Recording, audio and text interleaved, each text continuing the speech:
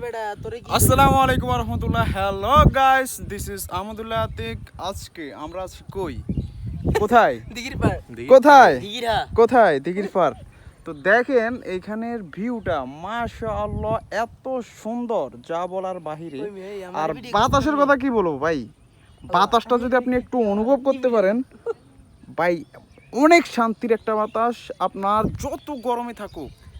যত গরমই থাকুক আপনার শরীর একবার মোমের মতো ঠান্ডা করে ফেলবে ইনশাআল্লাহ। তো কী করতে হবে, আপনারাও আসতে হবে এইখানে, এই জায়গায়। এই যে আমাদের পাশেই আছে আমতলী, আর এটা হচ্ছে আমাদের বড়গাছতলা খালপাড়ের যে রাস্তাটা গেছে নতুন করে, সেইখানে এত সুন্দর বাতাস, এত সুন্দর দৃশ্য।